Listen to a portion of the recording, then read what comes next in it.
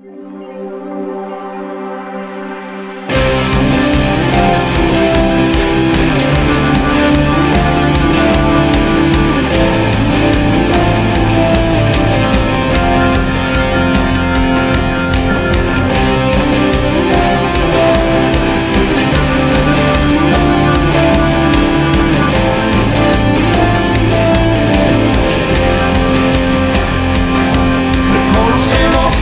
hay otro como tú.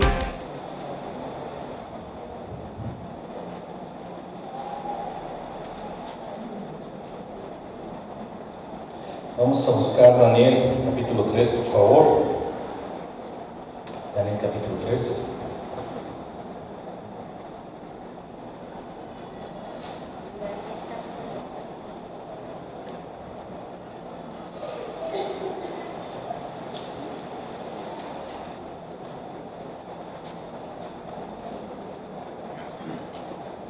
Vamos a leer desde el versículo 1. La palabra del Señor dice: el rey Nabucodonosor hizo una estatua de oro cuya altura era de 60 codos y su anchura de 6 codos. La levantó en el campo de Dura, en la provincia de Babilonia. Y envió el rey Nabucodonosor a que se reuniesen los sátrapas, los magistrados y capitanes, oidores, tesoreros, consejeros, jueces y todos los gobernadores de las provincias para que viniesen a la dedicación de la estatua que el rey Nabucodonosor había levantado.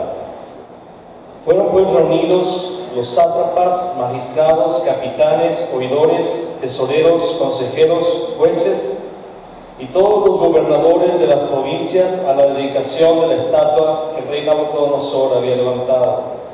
Y estaban en pie delante de la estatua que había levantado el rey Nabucodonosor. Y el pregonero anunciaba en alta voz: mándase a vosotros, oh pueblos, naciones y lenguas, que al oír el son de la bocina, de la flauta, del tamboril, del arpa, del salterio, de la zampoña y de todo instrumento de música, os postréis y adoréis la estatua de oro que el rey Nabucodonosor ha levantado. Y cualquiera que no se postre y adore, inmediatamente será echado dentro de un horno de fuego ardiendo. Por lo cual, al oír todos los pueblos el son de la bocina, de la flauta, del tamboril, del arpa, del salterio, de la zampoña y de todo instrumento de música, todos los pueblos, naciones y lenguas se postraron y adoraron la estatua de oro que el rey Nabucodonosor había levantado. Por esto, en aquel tiempo, algunos varones caldeos vinieron y acusaron maliciosamente a los judíos, hablaron y dijeron al rey Nabucodonosor: rey, para siempre vive, tú, oh rey, has dado una ley, que todo hombre al oír el son de la bocina, de la flauta, del tamboril, del arpa, del salterio, de la zampoña y de todo instrumento de música se postre y adore la estatua de oro, y el que no se postre y adore sea echado dentro de un horno de fuego ardiendo. Hay unos varones judíos, los cuales pusiste sobre los negocios de la provincia de Babilonia, Sadrach, Mesach y Abed-Nego. Estos varones, oh rey, no te han respetado, no adoran tus dioses, ni adoran la estatua de oro que has levantado. Entonces el rey Nabucodonosor dijo con ira y con enojo que le trajesen a Sadrach, Mesach y Abed-Nego. Al instante fueron traídos estos varones delante del rey. Habló Nabucodonosor y les dijo: es verdad, Sadrach, Mesach y Abed-Nego, que vosotros no honráis a mi Dios, ni adoráis la estatua de oro que he levantado. Ahora pues, ¿estáis dispuestos para que al oír el son de la bocina, de la flauta, del tamboril, del arpa y del salterio, de la zampoña y de todo instrumento de música, os postréis y adoréis la estatua que he hecho? Porque si no la adorareis, en la misma hora seréis echados en medio de un horno de fuego ardiendo. ¿Y qué Dios será aquel que os libre de mis manos?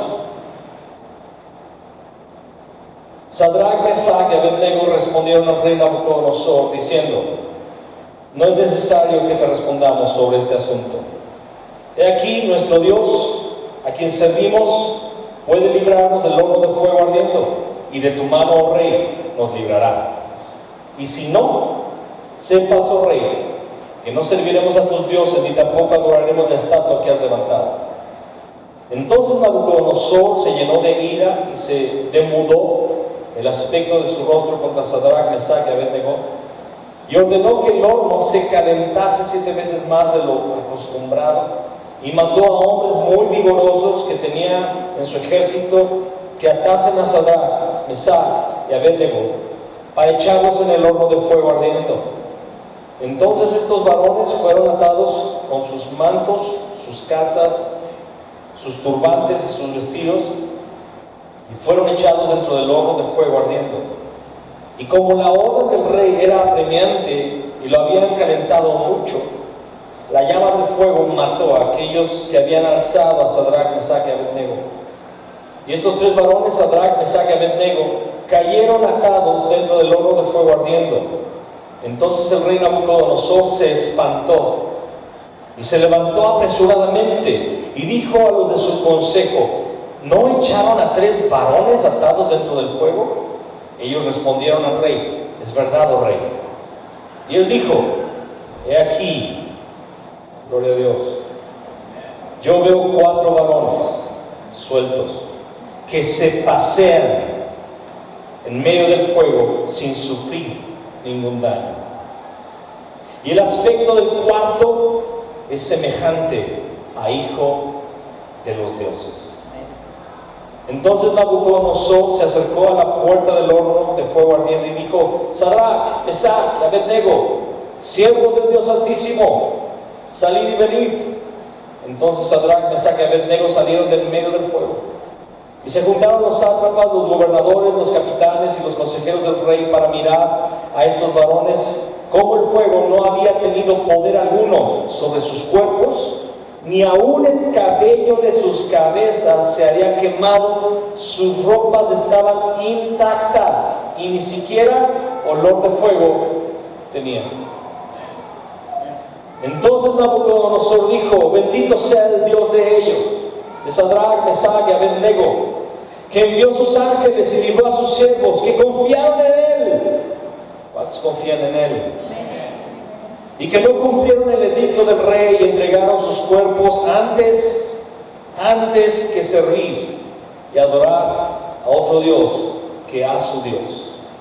Por lo tanto, decreto que todo pueblo, nación o lengua que dijere blasfemia contra el Dios de Sadrach, Mesach y Abednego sea descuartizado y su casa convertida en basurero, por cuanto no hay Dios que pueda librar como este. ¿Cuántos lo creen? Entonces el rey engrandeció a Sadrach, Mesach y Abednego en la provincia de Babilonia.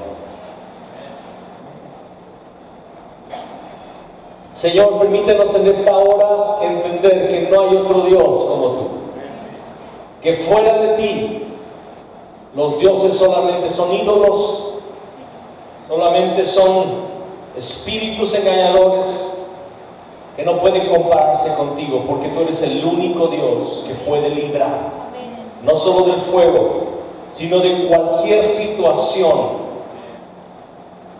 Ni lo alto ni lo profundo, ni la vida ni la muerte, ni ángeles ni principados, ni ninguna cosa creada puede separarnos de tu amor y de tu poder, Señor. Amén. Que el día de hoy, más que una historia o un relato, podamos entender que los hombres del reino no se doblegan ante nadie más que a ti. Amén. En el nombre de Cristo Jesús. Amén. Amén. De esto trata el capítulo 3 de Daniel, y vamos a ver también el 4 el día de hoy, si Dios nos lo permite y si el pastor no se pasa de lanza. Pero en el capítulo 3 vemos un aspecto bien hermoso de los hombres del reino, y es que los hombres del reino no se doblegan. ¿Qué significa que no se doblegan? No hacen componendas. No hacen tratos para salir librados de una situación, no confían en su astucia para salir de un asunto, confían solamente en el Señor. Recuerden que el capítulo 2 de Daniel, Dios le reveló el sueño a Nabucodonosor, ¿se acuerdan? ni se acordaba del sueño, pero Dios le reveló el sueño y la interpretación, y hablaba de una imagen con un rostro fiero, que su cabeza era de oro, su pecho era de plata, ¿verdad? Su vientre era de bronce, sus piernas de hierro, y los pies eran una mezcla de barro con hierro, ¿se acuerdan? Y Dios le dijo a este rey que en realidad eran los imperios que se habían de levantar en la tierra, que la cabeza de oro era ese rey, que era rey de reyes, y Dios le había dado majestad y reino y a todos los pueblos de la tierra, pero que después de él se iba a levantar otro reino inferior, porque era de plata, y después de ese reino se levantaría otro que sería fuerte como el bronce, y después de ese otro que sería como el hierro, que iba a desmenuzar, iba a destruir, pero iba a tener un punto débil, porque como el barro no se puede mezclar con el hierro, este reino, por causa de las alianzas que haría con los otros pueblos, sería frágil. Y entonces Dios le reveló al rey Nabucodonosor de los imperios que hubieron antes de la primera venida de Jesús. El imperio babilónico fue el primero, el segundo fue el imperio medo-persa, el tercero fue el imperio de Alejandro Magno, un imperio griego, y el siguiente fue el imperio romano, que literalmente destruía como el hierro, pero que hacía alianzas, y por causa de esas alianzas cayó y entró en decadencia. Pero aquí en el capítulo 3 vemos que después de la interpretación del sueño, ¿qué hace Nabucodonosor? Manda levantar una estatua de oro gigantesca, toda ella de oro, y la pone en un campo, me imagino que era una explanada natural donde cabrían miles, cientos de miles y tal vez hasta millones de personas.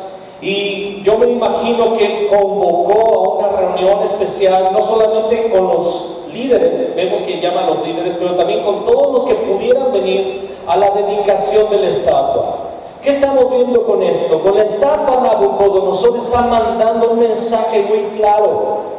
Dios había dicho, tú eres la cabeza, pero después de ti se va a levantar otro reino, y otro, y después otro, y al final van a ser destruidos por una piedra que va a ser cortada del cielo. Y cuando Nabucodonosor levanta una estatua y manda que la adoren, me está mandando este mensaje: yo no acepto que mi reino va a terminar. ¿Cómo es posible que alguien piense que este reino, con este poderío, con estos logros, estos avances, con esta ciudad tan fortificada, con un ejército tan adiestrado, con esta estructura política tan perfecta que hemos levantado, un día pudiera caer? No. Y es que era el primer imperio y no sabía que los imperios caen. Él no ha experimentado la caída, él no sabe de un imperio predecesor a él. Él es el primer imperio, es el primer rey de reyes que se levanta en la tierra, y él no piensa que pueda caer, y lo que estamos viendo es orgullo. Y también recordemos que todos los hombres en la historia que han tenido un poder acentuado llegan a pensar que son dioses, llegan a pensar que son inmortales, llegan a pensar que merecen adoración, llegan a pensar que tienen un destino eterno marcado por los dioses. Y nosotros vivimos un tiempo en Brasil donde uno de los presidentes, que aparentemente es el presidente que fue más importante en la nación, Juscelino Kubitschek, mandó a hacer una tumba especial lleno de símbolos egipcios y con un orificio especial para que en el solsticio de verano el sol dé sobre su tumba. Edificó la ciudad capital, cambió de Río de Janeiro para una ciudad llamada Brasilia, y que si tú sobrevuelas esta ciudad, la ciudad está hecha en forma del ave Isis, una ave egipcia. Un presidente entregado totalmente a las deidades egipcias, pensando en la reencarnación, en la inmortalidad, y pensando que era Dios. Lo que está diciendo Nabucodonosor es: adórenme a mí, adoren mi reino, adoren mi poder, yo soy un semidios y mi reino no va a tener fin. Y es interesante también que manda que al sonido de la música todos se postren y adoren a la imagen. Antes de continuar con el siguiente punto, quiero decirles algo que aprendí de alguien más, y es que Dios a todos les da un tiempo para algo. Para todos hay un momento de auge, para todos hay un momento donde sobresalimos o podemos sobresalir, y todos de alguna manera se nos entrega un reino, vamos a decirlo así, reinito, porque comparado con su reino, son reinitos, ¿verdad? Y alguien dirá, pues, ¿cuál reinito tengo yo? Tu familia, o un negocio, o un emprendimiento, o un plan realizado con otros. Y literalmente cuando estás en ese tiempo y se te entrega ese reinito y estás en el auge y empiezas a ser nombrado, mencionado, conocido, y el auge va en aumento cada vez más, es un tiempo muy peligroso. Máxime si es en el servicio a Dios, porque llega un punto que Dios va a demandar que pongas tu reinito en el altar. Sea un ministerio, sea una relación, sea una familia, sea un negocio. Dios va a preguntarte si estás dispuesto a entregárselo todo a Él, porque le amas más a Él que a lo que tanto trabajo te costó tener y ahora tienes. Era el sueño de tu vida tener esa sastrería. Era el sueño de tu vida tener esa tortillería. Era tu sueño poder tener ese despacho jurídico, o esa tiendita de regalos, o esa peluquería, esa estética, esa red de distribución. Era tu sueño tener esa casa. Y te sientes muy confortable y sientes que lo has alcanzado, que lo has logrado, pero llega el momento en el cual Dios dice, te va a decir en dónde están tus ojos, en dónde está tu confianza, en dónde están tus afectos, y va a demandar que lo pongas sobre el altar. Con el sueño que había tenido Nabucodonosor, debe haberse humillado delante de Dios y decir, Señor, tú das el reino y tú quitas el reino. Porque fue algo milagroso lo que Nabucodonosor vio cuando recibió el sueño y su interpretación. Hermanos, ya que Daniel habla de los tiempos del fin, Jesús mismo lo dijo. No es algo que nosotros inventemos. Jesús dijo, el que lea a Daniel entienda. Daniel habla de los tiempos del fin, y en el tiempo del fin también se va a levantar una imagen y también se va a demandar adoración a esta imagen. Acompáñenme a Apocalipsis capítulo 13. Que todos estemos dispuestos a entregar nuestro reinito en el altar.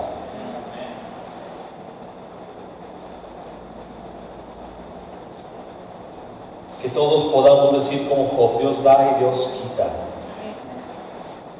Sea su nombre bendito.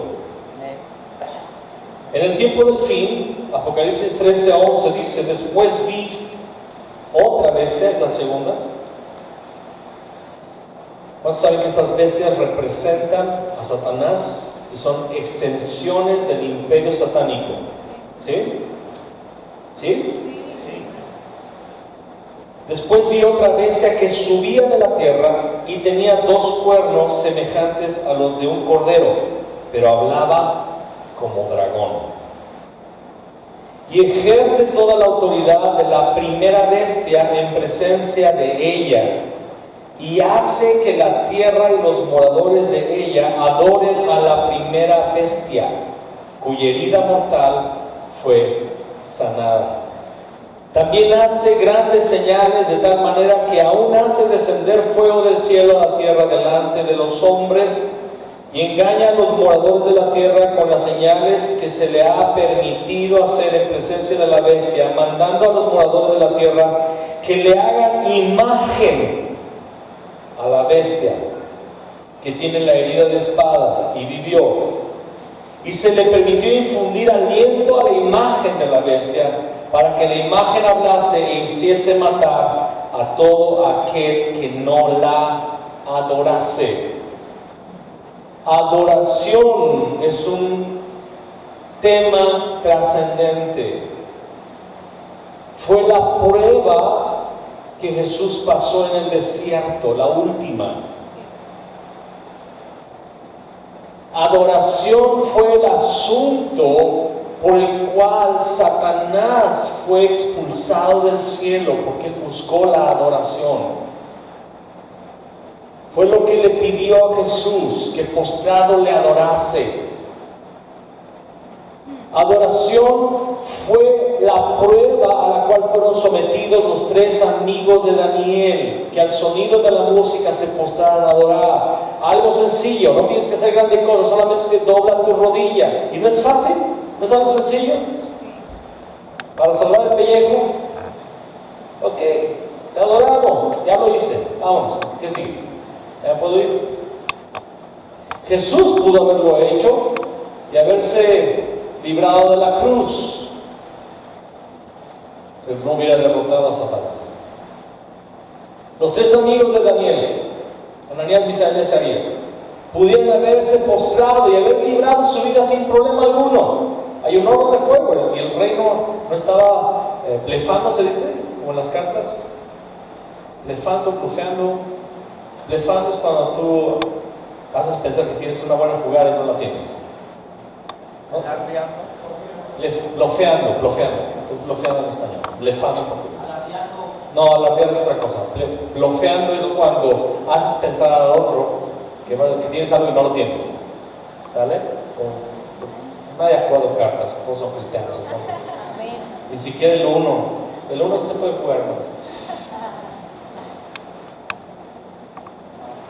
Nabucodonosor no estaba jugando, ellos lo sabían, y era cuestión de vida y muerte. En el tiempo del fin, una vez más, será cuestión de vida y muerte el asunto de la adoración.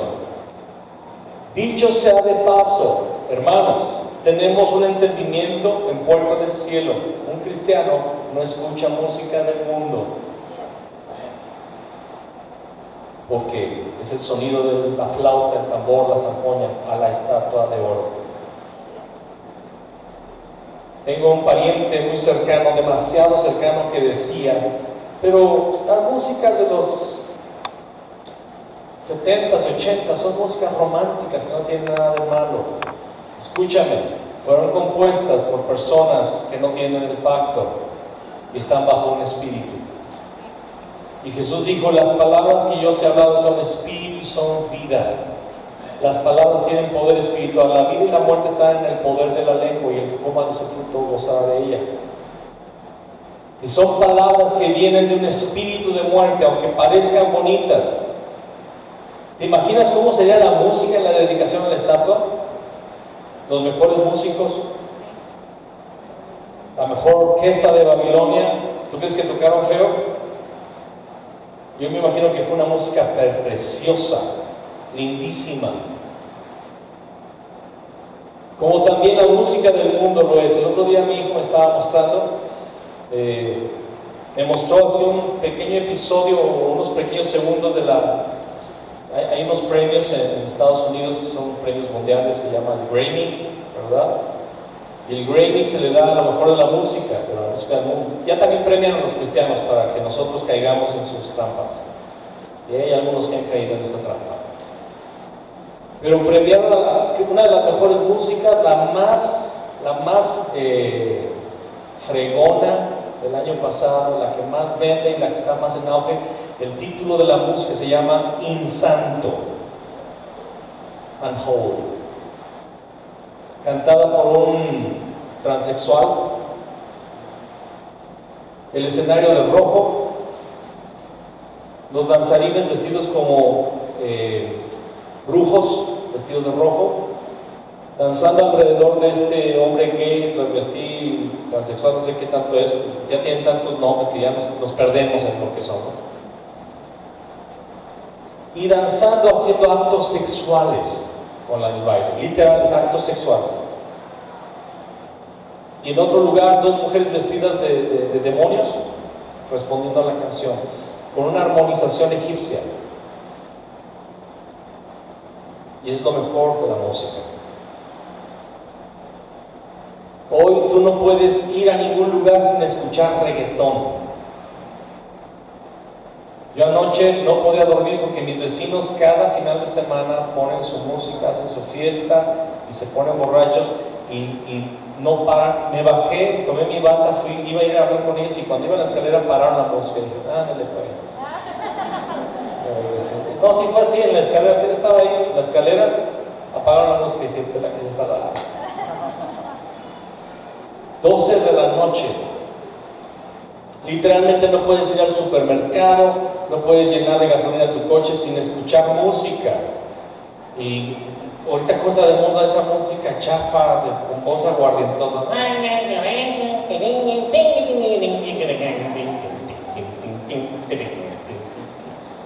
Y aparecen coches del año, así, coches de lujo, con gente fresa, ojo verde, greña güera, todos escuchando esa cochinada. El problema es cuando los hijos de Dios empiezan a escuchar esa música. Literalmente te estás postrando ante la imagen de oro. Y no solamente música del mundo, un cristiano también aprende a diferenciar entre lo santo y lo profano dentro de la música cristiana o llamada cristiana. Porque hay muchas personas que se dicen ser cristianos, que están grabando música y viviendo de la música cristiana y en realidad son falsos ministros de adoración que solamente están llevando sensualidad a la iglesia, solamente están llevando sensacionalismo, emociones, solamente están agitando las emociones, pero no están llevando a la gente a rendirse al Cordero de Dios. En el tiempo del fin se va a levantar también esta imagen. Y adoración será un tema importantísimo. Como lo hemos estado viendo en los temas anteriores, ¿qué estás comiendo? ¿De la comida del faraón de Nabucodonosor o el maná que descendió del cielo, que es Cristo Jesús?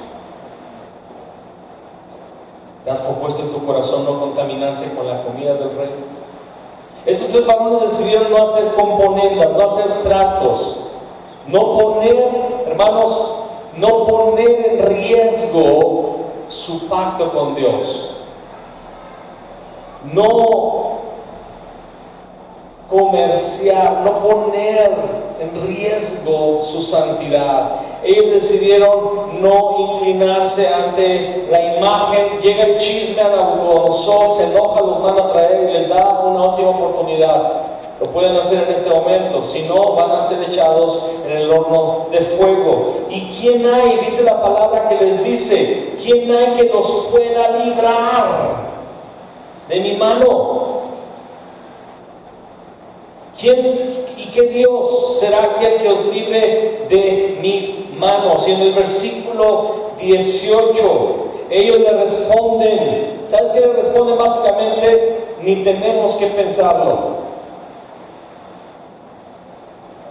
¿Qué están respondiendo? Repítalo.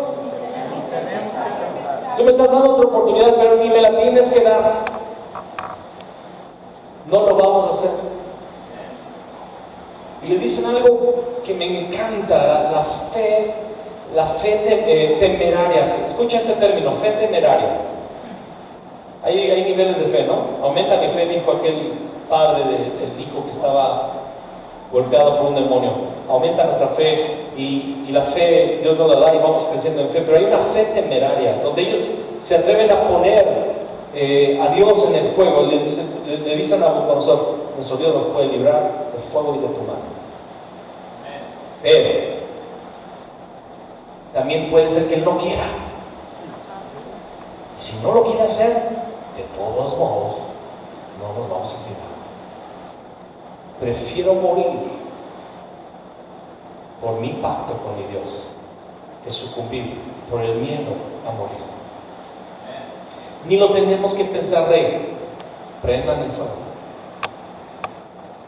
prendan el horno. Dice la palabra que el rey Nabucodonosor, ¿verdad?, mandó calentar el horno 7 veces más. De seguro era un horno especial que tenía entrada de aire, fuelles, ¿no?, para calentar aquel fuego. ¿Cuántos han en una noche de Navidad o de Año Nuevo estado cerca de una fogata o en un campamento, ¿no? Esas fogatas gigantes donde ponen maderotas, no donde pones ramitas de árbol de tu jardín, no, esas no.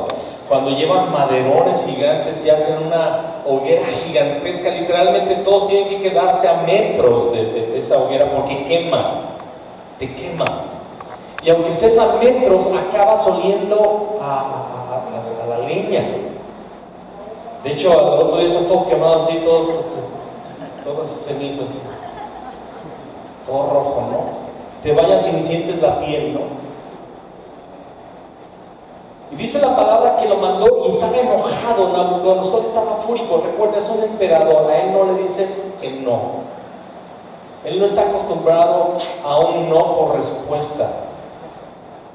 Todos tienen que andar con cuidado porque él se puede enojar. Él está súper enojado y también quiere darle una lección a todos porque estos 3 varones eran ya conocidos, habían sido puestos como encargados de Babilonia. Lo vimos en el capítulo anterior. Los amigos de Daniel, por lo del sueño, ya eran conocidos y de hecho envidiados, y había competición contra ellos. Y como una lección, no solamente van a morir en el horno de fuego, sino que lo vamos a calentar 7 veces más. Y está tan caliente, la brasa no está roja ni amarilla, está blanca. Y se puede sentir el calor a muchos metros de distancia, y como lo quiere hacer ya, los amarran y hombres fuertes, vigorosos, al aventarlos, porque tienen que acercarse, se mueren, se queman solamente de estar cerca. A ese grado de caliente estaba el lugar. Son echados y es precioso este cuadro, porque de repente el rey se asusta. Y le dice a los demás, oigan, una preguntita, ¿quién eran 3? Yo veo 4. Sí, Señor, eran 3. Y dice la palabra que andaban paseando en el horno, caminando en medio de las brasas. Y dice el rey Nabucodonosor, y el cuarto tiene aspecto de hijo de los dioses, porque Jesús dijo, yo estaré con vosotros todos los días hasta el fin. Acabamos de leer esa historia en Hechos, donde Esteban, defendiendo la fe y enojado por la dureza, dice, oh necios y tardos de corazón para creer a los profetas. El Señor dijo, el cielo es mi trono y la tierra el estrado de mis pies. ¿Qué casa me habéis de edificar? Y en ese momento él dice, veo los cielos abiertos y al Hijo sentado a la diestra del Padre. ¿Sabes por qué lo estaba viendo? Porque estaban a punto de matarlo. Y porque el Padre nunca va a abandonar a los que tienen una fe temeraria en Él. Y están paseándose ahí en medio del horno. Y entonces Nabucodonosor dice, Mesach, ¿cómo se llama? Siempre se me olvida. Sadrach, Mesach y Abednego, vengan para acá. Como dijo la gallina, le dijo la gallina al gallo que no sabía cruzar la calle, para acá. Vengan. ¿Qué hubieran hecho algunos cristianos de Puerta del Cielo si hubieran sido esos 3 varones en el horno? Ven tú, ven y sácame. No que no. Pero qué sabiduría de estos 3 varones. Fíjate, están en el fuego y cualquiera de nosotros hubiera hecho lo siguiente: en el fuego, aquí está Jesús conmigo, no me pasó nada, yo me hubiera salido. ¿Qué huele? Huélele. Perfumito de la mañana. Chécame.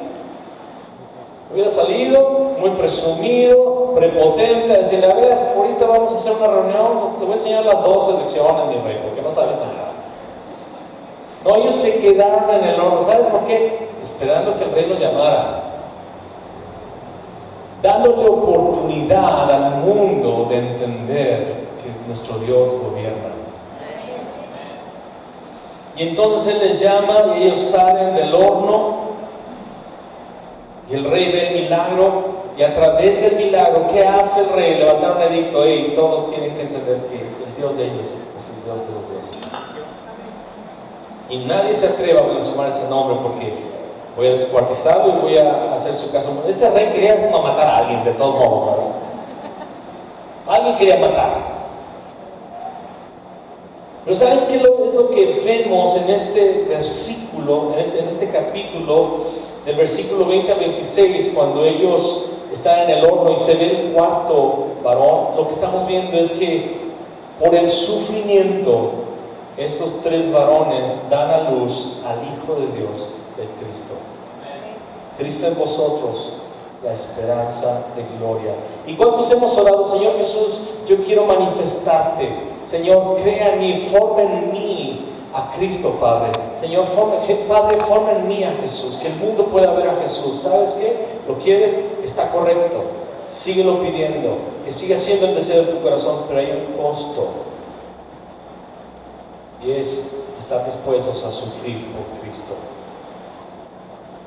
Estar dispuestos a sufrir por Cristo. Hermanos, si estos varones, si la historia hubiera dicho y los aventaron al fuego y murieron, ¿dejaría de ser nuestro Dios un Dios todopoderoso? No. ¿Dejaría de haber sido Dios glorificado por este acto de sacrificio? ¿O Dios tiene que siempre responder con un milagro que nos salve el pellejo? Dios lo puede hacer, pero también dice Hebreos capítulo 11 que muchos murieron encerrados sin esperar el rescate, muchos, para recibir una recompensa. Todos los apóstoles, excepto Juan, todos murieron como mártires. Y vemos en Hechos que Dios libró a Pedro varias veces y a Jacob y a Juan. Bueno, a Jacob, no, a Juan y a Pedro. Los libró de la cárcel varias veces. A Pablo y a Silas los libró de la cárcel sobrenaturalmente, pero hubo muchos otros que no. Y al final de todos modos, todos murieron. Aún Pablo murió como un mártir por el Evangelio, porque dice la palabra que preciosa es la sangre de sus mártires para el Señor. Pero Dios los libró. Ellos dieron a luz la vida de Cristo Jesús. Fue visto por el Rey, y a través de este milagro, a través de esta fe férrea de estos tres varones, este rey fue evangelizado. Este rey conoció al verdadero Dios, y dice la palabra al final que el rey engrandeció a estos tres varones en la provincia del Babilonia. Ya estaban al cargo, ¿verdad?, del gobierno, pero ahora son engrandecidos. Y vemos nuevamente en este capítulo 3, como lo hemos visto desde el capítulo 1, capítulo 2, ahora en el capítulo 3, ellos son exaltados al trono, una vez más. Los que estén dispuestos a sufrir con Cristo serán exaltados al trono. Amén. Ahora vamos a Daniel capítulo 4.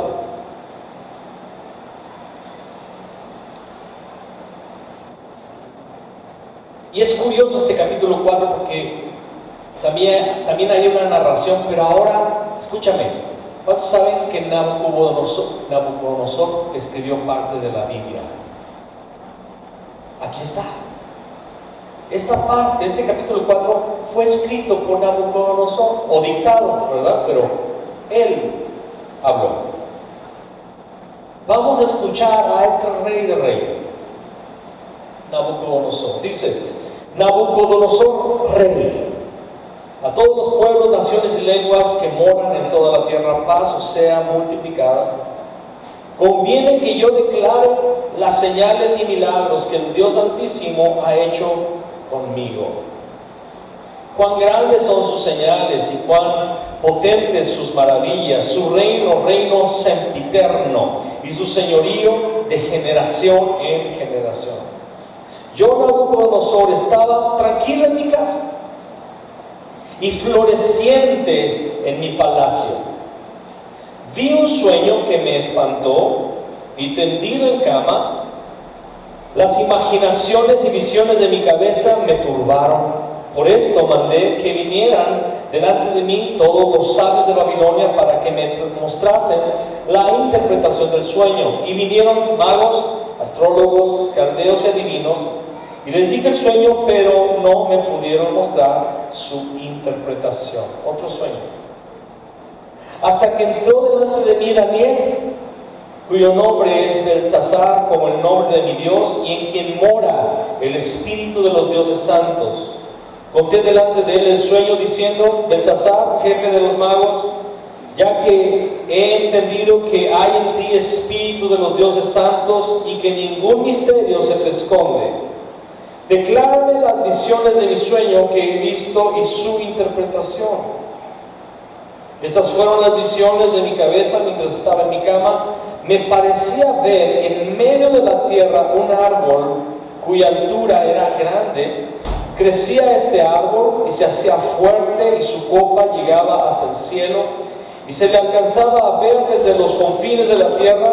Su follaje era hermoso y su fruto abundante, y había en él alimento para todos. Debajo de él se ponían a la sombra las bestias del campo, y en sus ramas hacían morada las aves del cielo, y se mantenía de él toda carne. Vi en las visiones de mi cabeza mientras estaba en mi cama que he aquí un vigilante y santo descendía del cielo y clamaba fuertemente y decía así: derribad el árbol y cortad sus ramas, quitad el follaje y dispersad su fruto. Váyanse las bestias que están debajo de él y las aves de sus ramas, mas la cepa de sus raíces dejaréis en la tierra, con atadura de hierro y de bronce entre la hierba del campo. Sea mojado con el rocío del cielo, y con las bestias sea su parte entre la hierba de la tierra. Su corazón de hombre sea cambiado, y le sea dado corazón de bestia, y pasen sobre él 7 tiempos. La sentencia es por decreto de los vigilantes. Diga conmigo: vigilantes.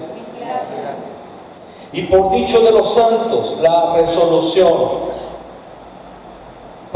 Repite conmigo: para que conozcan los vivientes que el Altísimo gobierna el reino de los hombres, y que a quien él quiere lo da, y constituye sobre él al más bajo de los hombres. Yo, el rey Nabucodonosor, he visto este sueño. Tú, pues, Beltsasar, dirás la interpretación de él, porque todos los sabios de mi reino no han podido mostrarme su interpretación, mas tú puedes, porque mora en ti el espíritu de los dioses santos. Entonces Daniel, cuyo nombre era Beltsasar, quedó atónito casi 1 hora, y sus pensamientos lo turbaron. El rey habló y dijo: Beltsasar, no te turben ni el sueño ni su interpretación. Beltsasar respondió y dijo: Señor mío, el sueño sea para tus enemigos, y su interpretación para los que mal te quieren. El árbol que viste, que crecía y se hacía fuerte, y cuya copa llegaba hasta el cielo, y que se veía desde todos los confines de la tierra, cuyo follaje era hermoso y su fruto abundante, y en que había alimento para todos, debajo del cual moraban las bestias del campo, y en cuyas ramas anidaban las aves del cielo, tú mismo eres, oh rey, que creciste y te hiciste fuerte. Diga conmigo: creciste y te hiciste fuerte. Pues creció tu grandeza y ha llegado hasta el cielo y tu dominio hasta los confines de la tierra. Y en cuanto a lo que vio el rey, un vigilante y santo que descendía del cielo y decía: cortad el árbol y destruidlo, mas la cepa de sus raíces dejaréis en la tierra, con ataduras de hierro y de bronce en la hierba del campo, y sea mojado con el rocío del cielo, y con las bestias del campo sea su parte, hasta que pasen sobre él 7 tiempos. Esta es la interpretación, oh rey, y la sentencia del Altísimo que ha venido sobre ti, mi Señor el Rey, que te echarán entre los hombres, y con las bestias del campo será tu morada, y con hierba del campo te apacentarán como a los bueyes, y con el rocío del cielo serás bañado, y 7 tiempos pasarán sobre ti, hasta que conozcas que el Altísimo tiene dominio en el reino de los hombres, y que lo da a quien él quiere.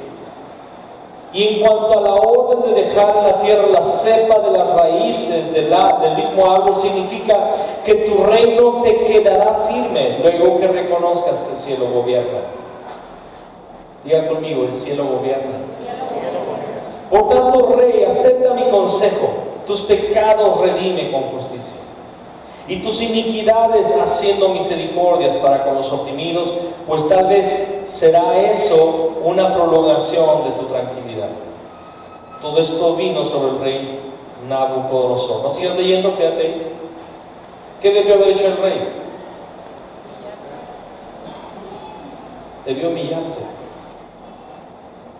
Ella sabe que el Dios de Daniel y de sus amigos es Dios de dioses, es Dios poderoso. Él sabe que Daniel está interpretando sueños verdaderos, o verdaderamente. Pero dice la palabra que al cabo de 12 meses, y diga conmigo, es que no entendemos.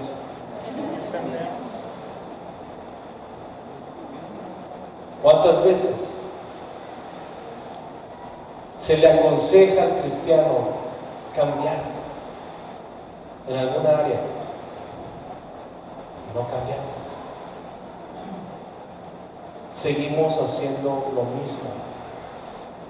Dice la palabra que al cabo de 12 meses, paseando en el palacio real de Babilonia, habló el rey y dijo, se empezó a jactar: ¿no es esta la gran Babilonia que yo, diga conmigo yo? ¿Sabe cómo se dice yo en griego? Ego. Ego es yo, es el yo. Estamos en una fiesta, sacan la foto, miren, aquí está, y si sales con los ojos cerrados, ¿qué decimos? Vamos a volver a sacarlo. ¿No es así? Porque yo tengo que verme bien. Es que si yo salgo mal en la foto no sale bien. Luego la segunda vez, la comadre sale con los ojos cerrados. Ah, ya está bien la foto. Yo salí bien, ¿no? Y en la foto no, está la hermana ahí, bien. Foto. No, estamos así, ¿no? Foto. Y luego el lado que no tiene la verruga, ¿no?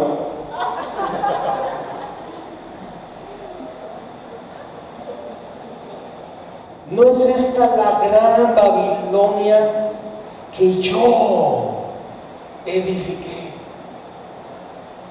para casa real con la fuerza de mi poder y para gloria de mi majestad? ¿Dónde está el egolómetro? Está reventando la bombilla del egolómetro. Aún estaba la palabra en la boca del rey cuando vino una voz del cielo: a ti se te dice, rey Nabucodonosor, el reino ha sido quitado de ti, y de entre los hombres te arrojarán, y con las bestias del campo será tu habitación, y como a los bueyes te apacentarán, y 7 tiempos pasarán sobre ti, hasta que reconozcas, lo repite, que el Altísimo tiene el dominio en el reino de los hombres y lo da a quien ¿qué? A quien Él quiere. En la misma hora se cumplió la palabra sobre Nabucodonosor. En ese mismo momento se escuchó la voz, se volvió loco. Y fue echado de entre los hombres y comía hierba como los bueyes. ¿Te lo imaginas comiendo pasto? Y su cuerpo se mojaba con el rocío del cielo hasta que su pelo creció como plumas de águila y sus uñas como la de las aves. Se convirtió en un animal. Mas al fin del tiempo, yo, Nabucodonosor, después de 7 años, alcé mis ojos al cielo y mi razón me fue devuelta. Y bendije al Altísimo y alabé y glorifiqué al que vive para siempre, cuyo dominio es sempiterno y su reino por todas las edades. Todos los habitantes de la tierra son considerados como nada, y él hace según su voluntad en el ejército del cielo y en los habitantes de la tierra, y no hay quien detenga su mano y le diga: ¿qué haces? En el mismo tiempo mi razón me fue devuelta, y la majestad de mi reino, mi dignidad y mi grandeza volvieron a mí, y mis gobernadores y mis consejeros me buscaron, y fui reestablecido en mi reino, y mayor grandeza me fue añadida. Ahora yo, Nabucodonosor, alabo, engrandezco y glorifico al Rey de los cielos, porque todas sus obras son verdaderas y sus caminos justos, y él puede humillar a los que andan con soberbia. Cuando yo llegue al cielo, una de las cosas que me va a sorprender va a ser ver a un personaje allá delante del trono, con manos levantadas, adorando a Jesús. Y voy a saber que ese que está ahí, tan entregado en adoración, porque Nabucodonosor comprendió a tiempo quién reina, quién es el Altísimo. En ciertos capítulos de Daniel, Nabucodonosor representa a Satanás y el imperio del mundo. Pero en este capítulo representa a un hombre que pasó de la muerte a la vida. En cada capítulo vemos que los hombres del reino suben a los tronos. ¿No lo hemos visto en cada capítulo? Un nuevo nivel de gobierno, un nuevo nivel de autoridad. En este capítulo, ¿quién sube al trono? El mismo Nabucodonosor. Alguien dirá: pero él ya era rey. Sí, rey de este mundo. Pero ahora él es humillado, reconoce que Dios es el verdadero Dios y es puesto en el trono. ¿Cuántos saben que esta carta se divulgó por todo el imperio conocido de Nabucodonosor? El evangelio, escúchame, Nabucodonosor mandó un folleto evangelístico a todo el mundo, diciendo: hay un Dios. Y él hizo, el capítulo comienza diciendo: conviene que yo declare las señales y milagros que el Dios Altísimo ha hecho conmigo. Es un testimonio del evangelio. Amén. Nabucodonosor subió al trono cuando reconoció que el Altísimo gobierna y pone sobre el trono a los más humildes. Lee conmigo otra vez el versículo 17, parte B. Para que conozcan los vivientes que el Altísimo gobierna el reino de los hombres, y que a quien él quiere lo da, y constituye sobre él ¿a quién? Al más bajo. ¿A quién? Al más bajo de los hombres. ¿A quién pone el Señor sobre tronos? A los más bajos. ¿Qué significa esto? A los humildes. ¿Qué significa que Dios pone al más bajo en autoridad? Que Dios levanta a los humildes. Ojalá y esto lo podamos entender. Se requiere, se necesita que aprendamos humildad.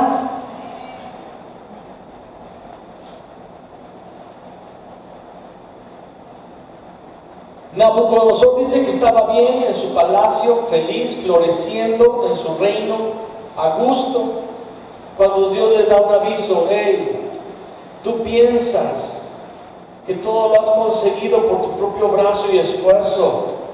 No has entendido, Nabucodonosor. Tú eres aquel árbol, algo gigante, había florecido, era un hombre de éxito. ¿Cuántas personas no alcanzan éxito? ¿Y cuántos cristianos no alcanzan el éxito? Pero un día se olvidan que todo éxito, toda prosperidad, todo lo bueno que ha sucedido, aunque te hayas esforzado, alguien dirá: es que hermano, usted no sabe, me levanto a las 6 y me acuesto a las 11, trabajando, invirtiéndole, planeando, pensando. Usted no sabe, pero yo me preparé por muchos años académicamente para lograr saber lo que sé y lograr implementar lo que estamos implementando. Y todo esto no vino por suerte, lo hemos trabajado aparte, es parte del fruto de generaciones de mi familia que me han ayudado, y es parte del esfuerzo de mi abuelo y después de mi padre, ahora de mí y ahora de mis hijos. Y somos gente de trabajo, somos gente de esfuerzo.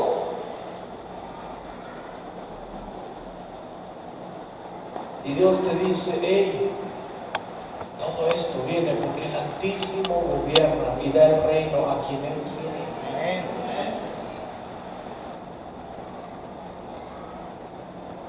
Y le da una sentencia a Nabucodonosor. Él se le olvida y un día empieza a jactarse de que todo es por él, y cae sobre él el juicio y se vuelve como una bestia. Es impresionante esta imagen, una bestia. El cabello le creció larguísimo, pero un cabello todo mugroso, uñas como de águila, o sea, estaba lleno de tierra, de moho. Su cuerpo, me imagino, ¿quién se puede alimentar bien comiendo pasto? Se volvió un cadáver. ¿Alguien se acuerda de la figura Sméagol? De una película, de una serie llamada, trilogía llamada Señor de los Anillos. Un demonio, mojándose en la intemperie, diciendo locuras, haciendo ruidos de animal, como un loco, 7 años. Dios humillándolo. Dios humillándolo. Hermanos, tenemos la tendencia de creer que las circunstancias gobiernan. Pensamos, por ejemplo, y voy a aquí ser muy enfático, pensamos que es circunstancial la situación de Venezuela, o es circunstancial la situación de Cuba o de Corea del Norte, que tiene dictadores y que su pueblo estaba en opresión. Yo no sé si tú lo sabes, pero por ejemplo, yo he ido a Cuba 2 veces. La segunda vez me quedé un mes casi allá en Cuba, y si tú crees que a los cubanos les va bien, les va súper mal. Pero allá literalmente no hay siquiera cosas que comprar. O sea, está tan mal la economía que no es que no tengas dinero, ni siquiera hay productos para comprar. Todo es básico allá. Hay algunas tiendas que tienen varios productos, pero son tiendas para extranjeros.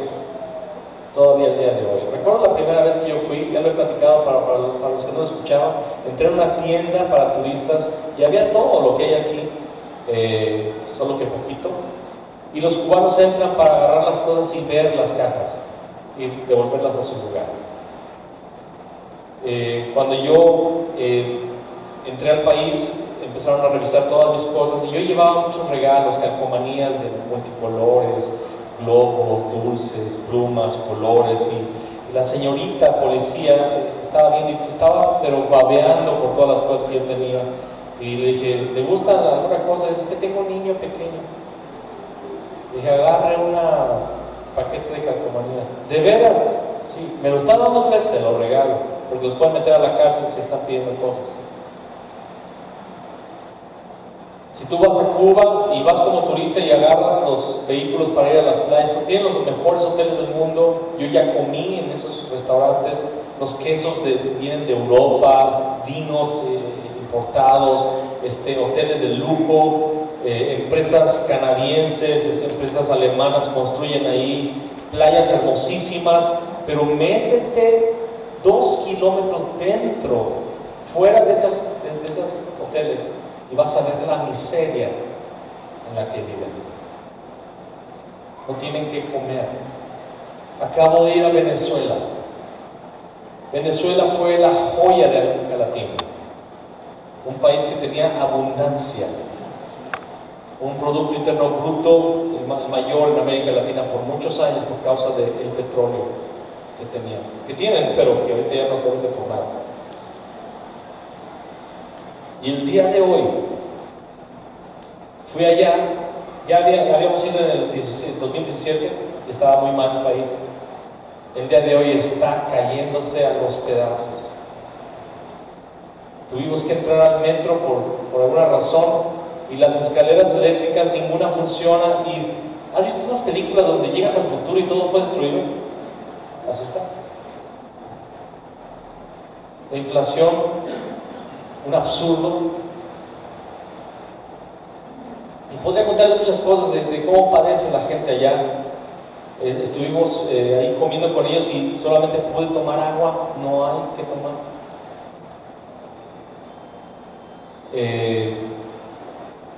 Estuve 2 periodos de tiempo comiendo, que no comí en 24 horas. Porque no hay. Cuando saqué las galletas, las canelitas que llevaba un paquete así, les brillaban los ojos.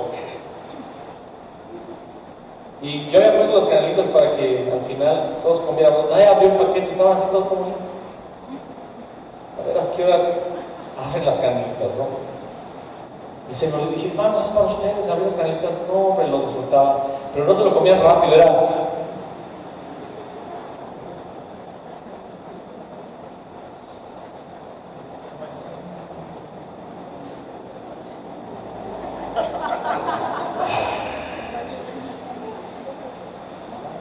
Y pensamos que es circunstancial que tengan un dictador el día de hoy como gobernante, pero sabes que el Altísimo gobierna sobre el reino de los hombres. Sabes que independientemente que lo físico nos revele que es porque los hombres y porque gente mala ha hecho trampa y todo, es Dios el que puso esa gente.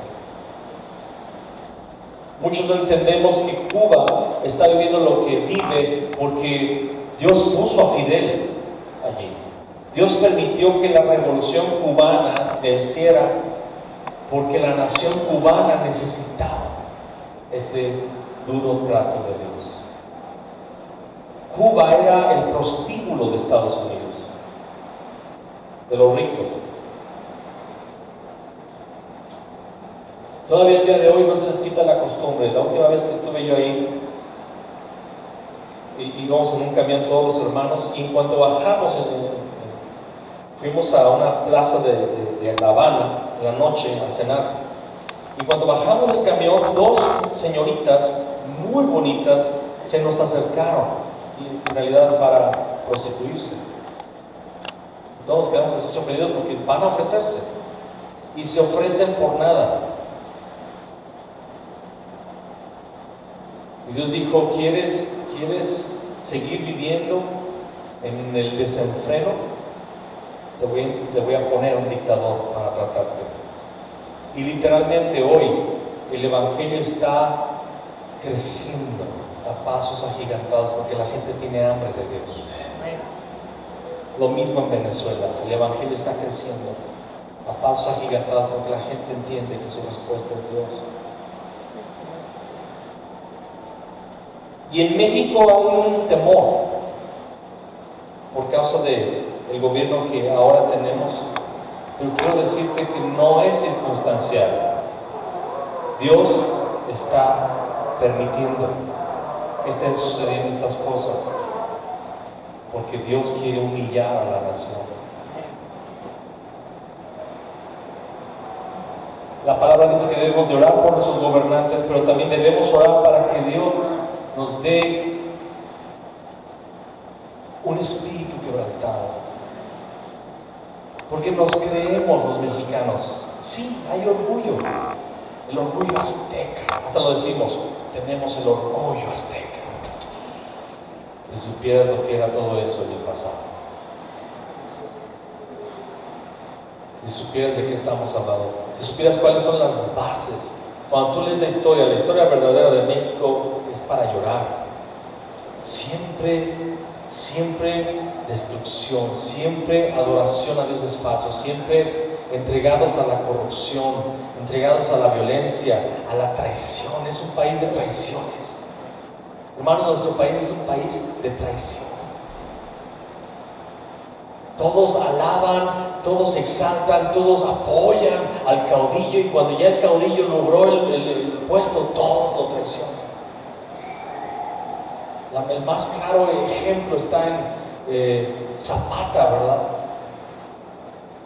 Sus mismos aliados esperándolo en una encrucijada para acribillarlo.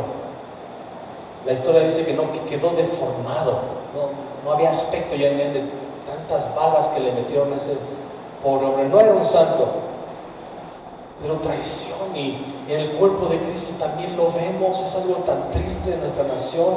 La iglesia mexicana está tan dividida y hay tanta traición entre iglesias, entre ministros.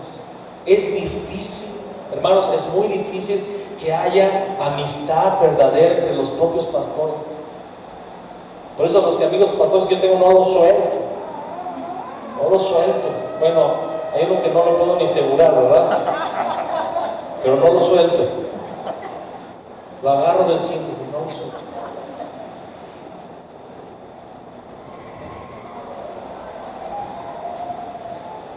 En la propia iglesia de la ciudad en la que vivimos, las iglesias se llenan de repente y entran en auge, pero son iglesias llenas de gente que vació otras iglesias. Entonces, cuando una iglesia se llena es porque otras quedaron vacías. Y luego esas iglesias que se llenan empiezan a vaciarse y surge otra que se llena de la misma gente. Y yo he preguntado a muchas personas cuál ha sido su experiencia en el Evangelio, y ya han pasado por 4 o 5 iglesias. No es mi estómago, están taladrando aquí al lado, Ahora sí, el pastor está con hambre. Dios me está tratando con el ruido. Ayer tuve que ministrar una reunión de hogar con un hombre cortando mosaicos para un baño y haciendo un ruidazo. Y, Señor, ayuda. Y ahorita otra vez.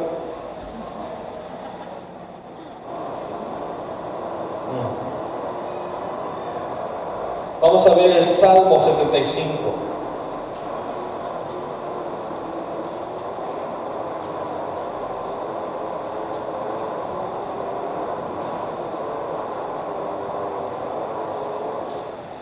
Versículos 6 y 7.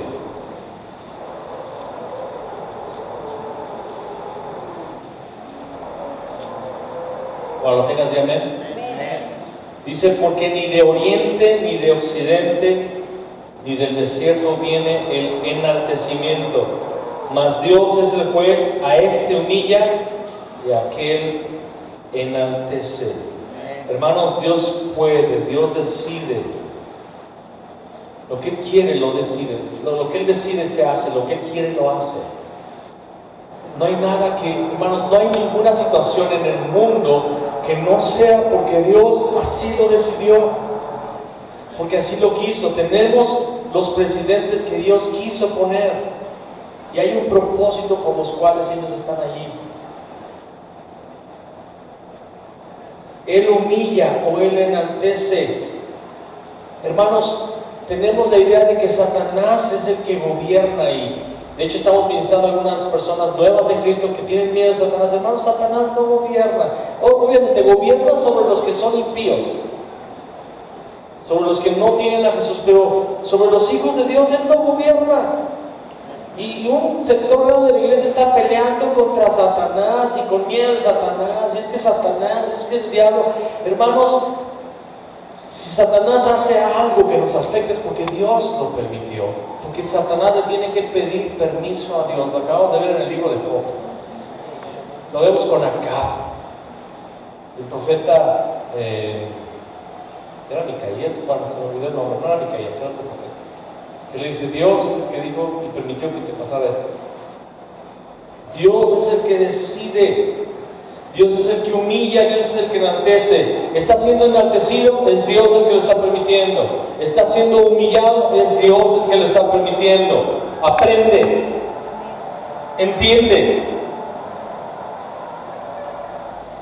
Aprovecha la oportunidad, deja de quejarte, deja de estar molesto, deja de estar culpando a los demás, deja de estar culpando a las circunstancias. En la vida, hermanos, no hay causas secundarias. No hay causas secundarias. Es que pasó esto porque esto otro. Es que yo hubiera, pero mi esposa dijo. Hermano, yo estaría sirviendo al Señor, pero es que porque tengo esta esposa, no estoy sirviendo al Señor. ¿No será que ella dice lo mismo de ti? Es que yo pudiera ser otro tipo de persona, pero es que nací en el hogar que nací. Si yo no tuviera los papás que yo tengo, yo estaría re bien. No hay causas secundarias. Naciste en la familia que naciste porque Dios tiene un plan. Tienes el nivel académico que lograste tener, sea poco, sea mucho, porque Dios así lo permitió. Tienes el rango económico que tienes porque Dios así lo implementó. Eres quien eres. Y no es por causas secundarias. Todo tiene un propósito y todo va a llegar a un final feliz. Amén. Si nos entregamos a Cristo. Amén.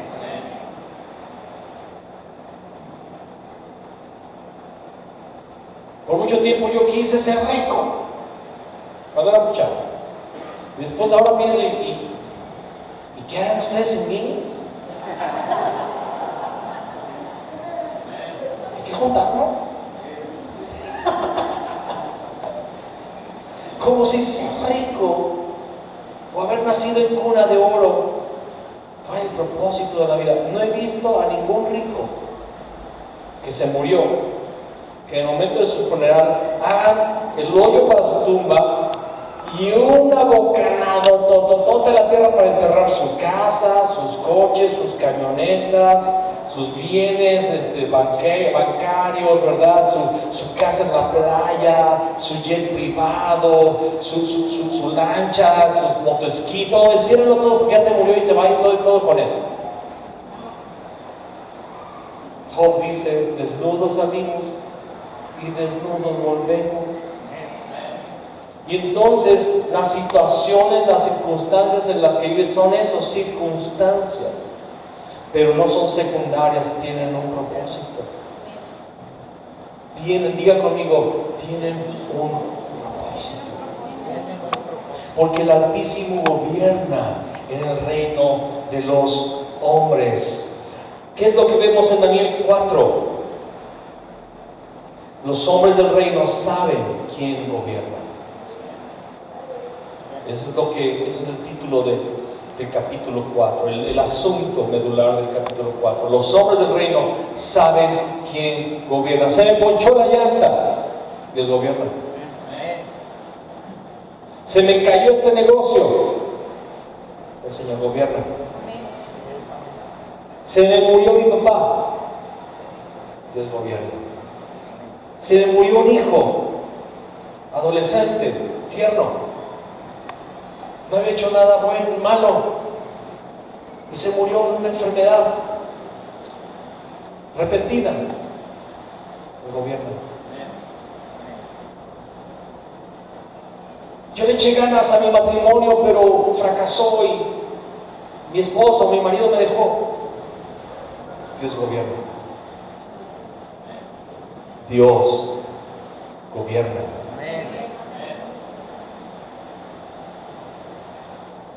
Cuando viajé para Venezuela, les platiqué, ¿no? El domingo en la noche me salí de aquí a México, el lunes no pude embarcar.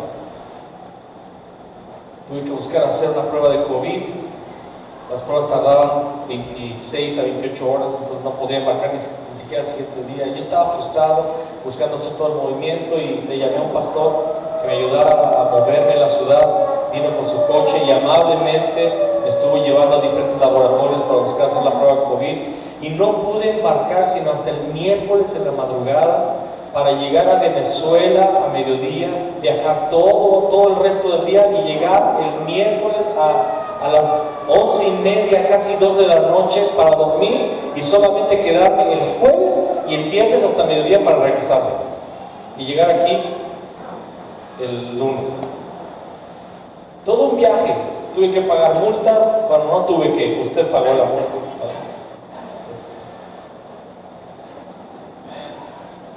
Dios gobierna. Con el dinero de la iglesia invirtió todo lo que se tuvo que pagar en la prueba COVID, en la multa. Fue mucho dinero que se gastó para un día y medio, pero los hermanos de Venezuela agradecían tanto que hubiéramos luchado hasta el final para estar con ellos. Pudimos ministrar 3 ocasiones ahí en la conferencia, una conferencia nacional.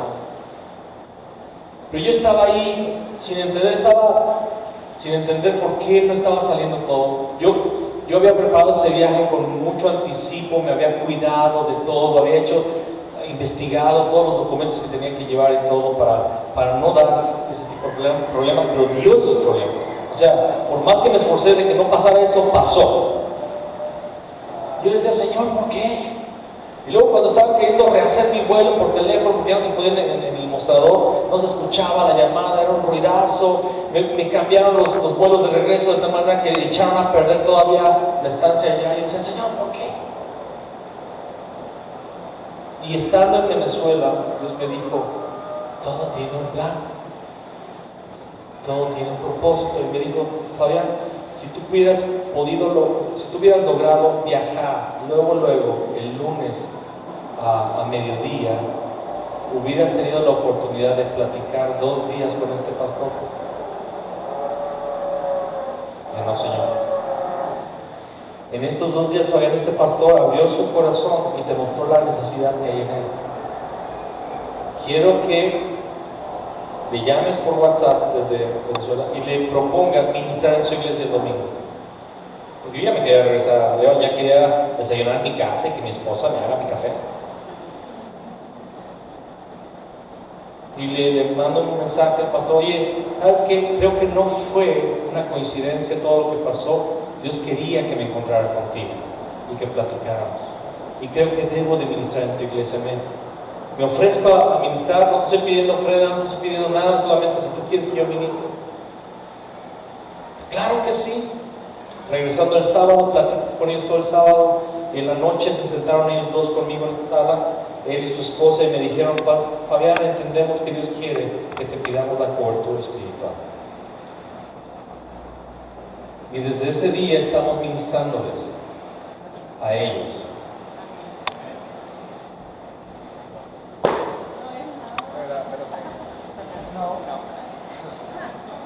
Por si. No vaya a volar y luego para aquí. Y me siguió la cámara, ¿verdad?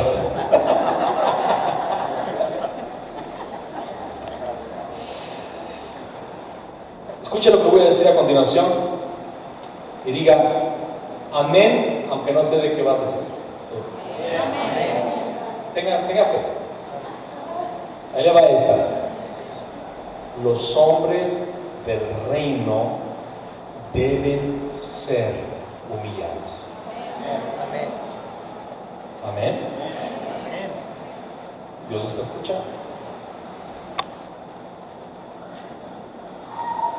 Los hombres del reino deben ser humillados. Nabucodonosor necesitaba ser humillado para encontrarse con el Señor. Pablo necesitó ser dejado ciego en el suelo para poder tener un encuentro con Jesús. Moisés tuvo que salir huyendo del palacio de Faraón y convertirse por 40 años en un pastor de chivas, de ovejas, para encontrarse con la zarza ardiendo. José tuvo que soportar la vergüenza de los chismes de que su esposa le había sido infiel para dar a luz a Jesús. y así por delante. Jesús fue entregado al oprobio y al menosprecio, fue quebrantado. Dios le sujetó a padecimiento para que viniera a ser autor de eterna salvación de los que creen en Él.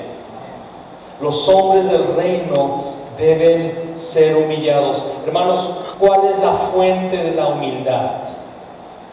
¿Cuál es la fuente de la humildad? En hebreo, la humildad está íntimamente relacionada con la aflicción. Humildad. La humildad se genera a través de la aflicción. Cuando decimos, ¿quién es un hombre humilde? Pensamos que humilde para nosotros es que no tiene dinero. Eso no es humildad. Eso es pobreza o falta de recursos. Humildad no tiene que ver con los recursos. Hay gente con mucho dinero, muy rica, que es gente humilde. Y he conocido gente muy pobre económicamente que es soberbia. Porque el asunto del dinero no está relacionado con la humildad. La humildad está relacionada con la aflicción. Y hermanos, entre más estés siendo afligido, gloríate en la obra de Dios en tu vida, porque está generando humildad y dependencia de Él. Este tema para mí es muy importante, porque yo me identifico mucho con esto. Viendo hacia adentro, mi esposa sabe de lo que estoy hablando. Lo único que yo veo en mi trayectoria ministerial, tal vez tú no lo entiendas, porque no me conoces en realidad, como tú piensas, pero Dios solamente me trae de quebrantamiento en quebrantamiento. Recuerdo en una ocasión, les voy a abrir mi corazón, esto no lo cuenten a nadie, ni allá. Estábamos en una conferencia, en un campamento evangelístico en Culiacán, llevando el evangelio a las tribus que van a la pizca del tomate en los meses de enero y febrero más o menos, ¿no? Fue febrero. Fuimos en el 2000, febrero 2000. Me fui con mis chilpayates acampando en mi casa de campaña ahí junto con misioneros de todo México, misioneros de Argentina, misioneros de Estados Unidos, que van en ese mes a llevar el evangelio a los campos donde están las concentraciones indígenas, porque en ese mes todas las tribus de Veracruz, de Oaxaca, de Chiapas suben en tren para trabajar en la pizca y llevar su dinerito extra a casa y comprar su semilla para sembrar el resto del año allá, porque son regiones que tienen cosechas todo el año por causa de la humedad y todo esto. Y fuimos allá y en la mañana empezábamos, todos los misioneros ahí, empezábamos el día alabando al Señor y íbamos en equipos, en camionetas con proyectores para presentar la película de Jesús y tratados y cassettes con el lenguaje original de la Biblia para esos lugares. Íbamos a hacer la obra durante todo el día y en la tarde regresábamos y comíamos y celebrábamos al Señor por un tiempo de adoración o de palabra. Durante esos días estuvimos casi un mes ahí, creo, 15, 18 días, no me acuerdo cuánto, como casi 20 días por allá, durmiendo en esa casa de campaña. Y imagínense qué emocionante acampar con otros cristianos y todos los días levantarte al desayunar y después adorar al Señor y ministrar. Y me empezaron a tomar en cuenta para la dirección de la alabanza todos los días, y todos los días yo dirigía, y empecé a ser una persona prominente en el propio equipo, ¿no? O en los equipos, y empecé a ser conocido por varios ahí, y empezaron a surgir algunas conexiones, algunas amistades, a tal grado que al final, cuando ya me tenía que regresar, el líder del movimiento evangelístico, que es un movimiento no para nada más ese mes, sino que se mueve todo el año en evangelismo, me invitó a quedarme en el ministerio. Yo le dije, ¿sabes qué? Yo ya me voy a Brasil, me voy. Fue entonces en 2001, fue enero, febrero del 2001. Me estoy yendo a Brasil en junio, algo así, junio. Dice, no te vayas a Brasil, ¿qué haces allá? Allá ya está lleno de cristianos. Quédate con nosotros, tú serías una pieza muy útil acá con nosotros y nos puedes ayudar. Y yo te veo acá con nosotros, quédate en el ministerio Buenas Nuevas. El que me estaba invitando era un gringo, un americano, David Gutiérrez. Y dije, no puedo, yo ya me comprometí a ir allá y Dios me está llevando allá. ¿Y saben cómo me sentía yo ahí? O sea, yo me sentía como el hombre lleno de los dones, de los talentos. Todos me están pidiendo a su ministerio.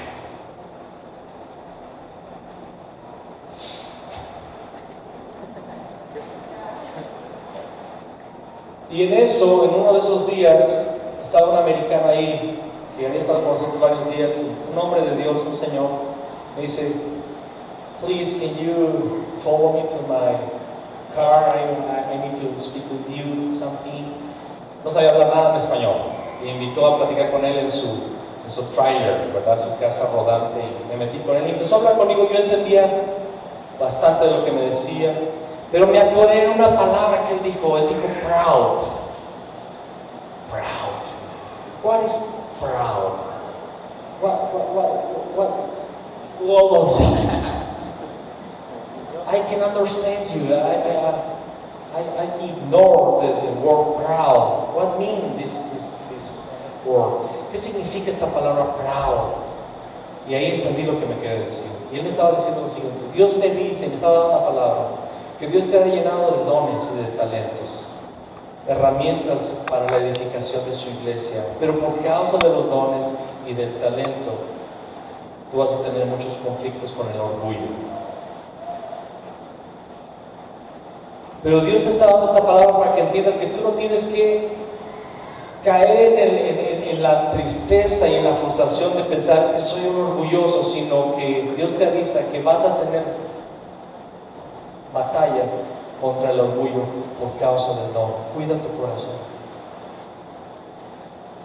Y lo que sucedió literalmente es que el Señor nos ha traído de tiempos en tiempos, dándonos una arrastrada. El orgullo, Dios no ha dejado que crezca el orgullo, porque nos mete cada arrastrada. Muchas veces la gente no se da cuenta, pero es interno. Son cosas que a veces uno soñaría o desearía que pasaran, que acontecieran, y dicen, no es por aquí. Y como dijo un día Pablo, Señor, te ruego que quites este aguijón de mi carne. El Señor me ha dicho 3 veces, bástate mi gracia, que mi poder se perfecciona en tu debilidad. Y cuando tú sufras aflicción o cuando estés siendo humillado, glorifica al Señor, porque los humildes heredarán el reino. Los humildes serán llevados a los tronos. Los que han pasado por aflicción están siendo perfeccionados. Quiero que me acompañes a la última porción que vamos a leer el día de hoy. Se encuentra en Primera de Pedro. Con esto terminamos. Primera de Pedro, capítulo 5.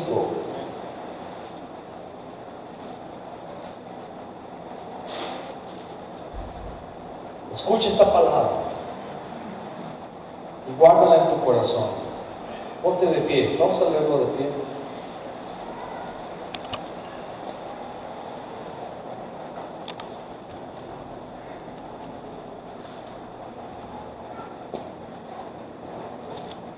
Igualmente jóvenes. ¿Qué versículo? 1 Pedro 5, versículos 5 y 6.